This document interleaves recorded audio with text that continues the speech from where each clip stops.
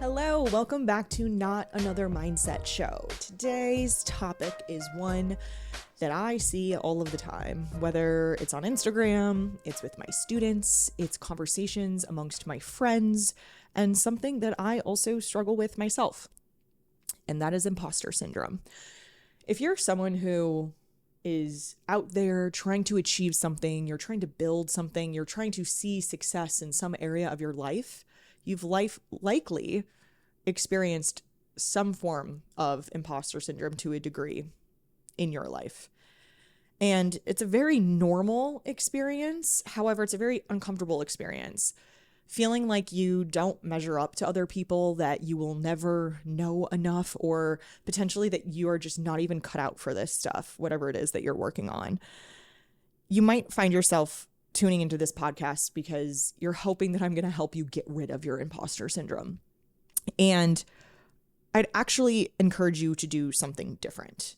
And that is reframe what imposter syndrome means to you. Because ultimately, whether it's imposter syndrome or it's stressful feelings, it's anxiousness, it's sadness, as humans, we are here to experience the range of emotions and experiences. And if we were just going about our lives constantly trying to avoid negative things and uncomfortable feelings, that's no way to live. It's also, if you're doing that, you're really kind of just going to stay in your comfort zone all the time, which means that success that you're trying to achieve is going to be next to impossible. So to some degree, we have to accept these negative experiences, imposter syndrome or otherwise, and just learn how to better manage them rather than trying to get rid of them all of the time. At least that's my perspective. And from a mindset perspective, especially, it's just going to be so much more fun, because if you can see challenges and difficulties and even a little bit of self-doubt as sort of the path to get to where you want to be, then you can learn to not only accept those feelings, but almost welcome them. Because if you're feeling kind of stretched or challenged or unsure, uncertain, it means that you're doing something to get to where you want to be. You're taking risks in some capacity. You're stepping outside of your comfort zone. So ultimately, this feeling of not enoughness that comes with imposter syndrome, it's part of the human experience, especially for high achievers. And actually, there are some really good sides to it.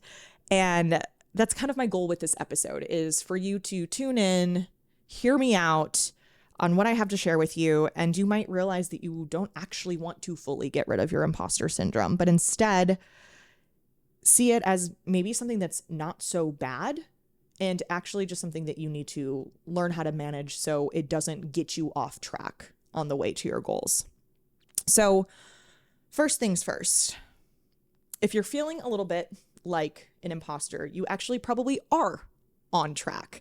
And what I mean by this is, as we learn more, as we develop more skills, as we become more of an expert in our field or whatever, you realize how much more there is to know that you don't know yet. So as you're learning things, you're going to experience some imposter syndrome because you're becoming aware of how much more there is to know. So it's kind of just like a natural experience on the track to learning and developing and growing.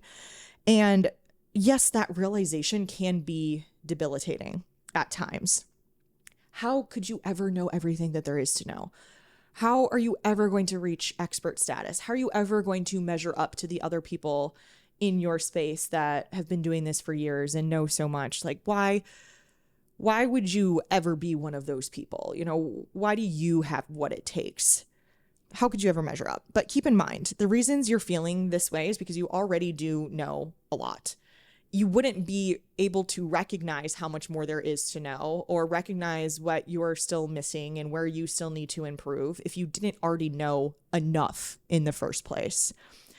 The people who are overly confident and think that they know everything, they likely know less than you do. We all know those people who just act like they've got it all figured out, and there's often some skepticism from other people around them. And I don't think we want to be those people that don't necessarily know everything, but are acting and trying to convince themselves that they do. So this is very, very much reminds me of something called the Dunning-Kruger effect, which I think I might have mentioned on the podcast before, you might be familiar with, but it's this idea that the people who know a lot are the ones who feel like they don't know enough. And the people who are overly confident and don't really know that much are the ones who are, again, overly confident and act as if. But we're not here to just act as if. We want to actually have those skills. So if you're feeling like an imposter, just know that that actually probably means that you know more than the people who say they never experience imposter syndrome. So there's a difference between not being good enough and seeking ways to progress and get better. Those are two entirely different things. The truth is, you likely do have areas to improve on. There probably is places where you need to get better and you need to learn more and you need to grow and develop in order to see the success that you want to see. But does that ever actually stop? Is there ever a point in time where we feel like I know everything and I am 100% an expert in this area and there's nothing that I don't know? I don't believe that's true. So I would also take a second to ask yourself, what is it that you're trying to achieve in this area? And what does success look like to you? Because it's the success goalpost is always moving. And if we can become aware of that we're always going to feel like, oh, there's a next step for me to get to. There's more for me to learn. There's more that I can get out of this experience. I can be more of an expert. If you can really wrap your head around that, that can help with those imposter syndrome type of feelings and thoughts that come up. Because if that's just the reality, then that's how it's always going to be. So what's the point in fighting those imposter syndrome feelings? Maybe it's okay to just feel that way. As long as, again, it doesn't paralyze you to the point of continuing to push forward and learn more and grow. So regardless, you need to learn how to manage these feelings so they don't stop you in your tracks entirely. Next time you're feeling or noticing these feelings of imposter syndrome, I would encourage you to try asking yourself some different questions. What are you excited to improve upon rather than where am I not good enough? What do you desire to learn more about? And how stoked are you to learn more about that area rather than I don't know enough? How can you make even more of an impact on your own life and the lives of other people? What impact is out there for you to still be able to have on other people instead of I'm not making enough impact right now? And how can you pursue all of these things without being disappointed with where you're at right now? How do we get around that? How do we get to a place where I am understanding that there's more for me to know? I'm not an expert yet. I may never feel like an expert. And also, I don't have to feel bad for where I am right now. And that is honestly, I did an episode on the dark side of a growth mindset. There's this phenomena called the double-edged sword effect in the mindset research. And once you start to develop a growth mindset and believe in your abilities to grow and develop and take control of things and be in control of your future, that flip side, that other side of the sword, the double-edged sword, is that you can often start to feel guilty for where you're currently at because you're so sure of your ability to change and grow and develop with your growth mindset that you also become hyper aware of the fact that where you're currently at, that you're trying to change and get better, is also technically your fault because you're in control. So I think that there's kind of a parallel theme going on here, that we have to get to this point of not necessarily having that double-edged sword effect, and instead recognizing that, and there's a very powerful word here that we use in the mindset research to try to get around this double-edged sword effect, and that word is yet. I'm not feeling like an expert yet, but I could see myself getting there and getting closer to that if I continue to learn more, hire mentors, practice, etc. Or I don't feel like I know enough and I don't measure up to other people, but that doesn't mean that I won't be there ever. I'm just not there yet. So I'd really encourage you to consider using that word more often and then just reframing some of those thoughts that are coming up. So anytime you have one of those imposter syndrome thoughts of, I don't know enough, I'm not as good as this person, how will I ever measure up? Instead, what am I excited to learn about in order to get there? What is that impact going to look like once I do get there? What's the next step in order for me to feel more confident in my abilities? So again, the truth is you likely do have areas to improve on. You do have more things to learn, but this has nothing to do with you being good enough right now in the moment. Nothing. They are totally separate things. Just because you are noticing areas where you need to improve and you quote unquote do not measure up to other people in your field or your peers, anything like that, has nothing to do with your enoughness in this moment. You can be good enough now and recognize that there is more for you to do, more for you to learn, more for you to achieve. And again, keep in mind, because you are feeling this way, you're actually probably way further ahead than the people who are not experiencing these feelings. So next, I want to share some research. These are some studies that were published out of MIT. The researcher, her name is Basima Tewfik. I probably totally butchered that, but she published research findings that showed in a workplace setting, those with imposter thoughts tend to compensate for their perceived shortcomings. Note, perceived shortcomings, because it's all your perceptions. It's all your thoughts. Imposter syndrome is your perceived shortcomings. Those people tend to compensate for those shortcomings by being good team players with strong social skills and are often recognized as such by their employers. So again, this is a workplace setting. People who tend to have some of these imposter syndrome type thoughts, they are somewhat overcompensating for that by leaning into their team members, really showing up for their team, being great communicators, having good social skills. So you can see where, although, yeah, it doesn't really feel good to have those thoughts, it allows you to go show up in a lot of other ways, in a lot of better ways than someone who maybe doesn't have those types of thoughts. And across all of her studies, she does not find that this, which she's calling is an interpersonal upside, she does not find that this interpersonal upside comes at the expense of performance. And I love this because I think so often the people who have imposter syndrome type of thoughts are thinking that they're not good enough, that they'll never perform well enough, that they don't have the skills or the capabilities. But the reality is those imposter syndrome thoughts aren't actually impacting the performance of the people that have them. Meaning, imposter syndrome tends to make people work better with others and overall better team members, and it doesn't affect the performance of those people. Pretty cool, right? So I have a quote from her too. So this researcher, she says, the idea that having these thoughts at work is always going to be bad for you may not be entirely true. However, at the same time, she notes that the prevalence of these types of thoughts among workers should not be ignored, should not be dismissed, or even encouraged. So I'm not encouraging you, by the way, to have imposter syndrome thoughts.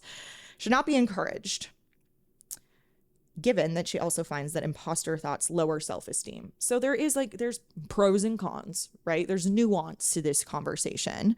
So as part of this research, employees at an investment management firm were surveyed to see which of them had workplace imposter thoughts.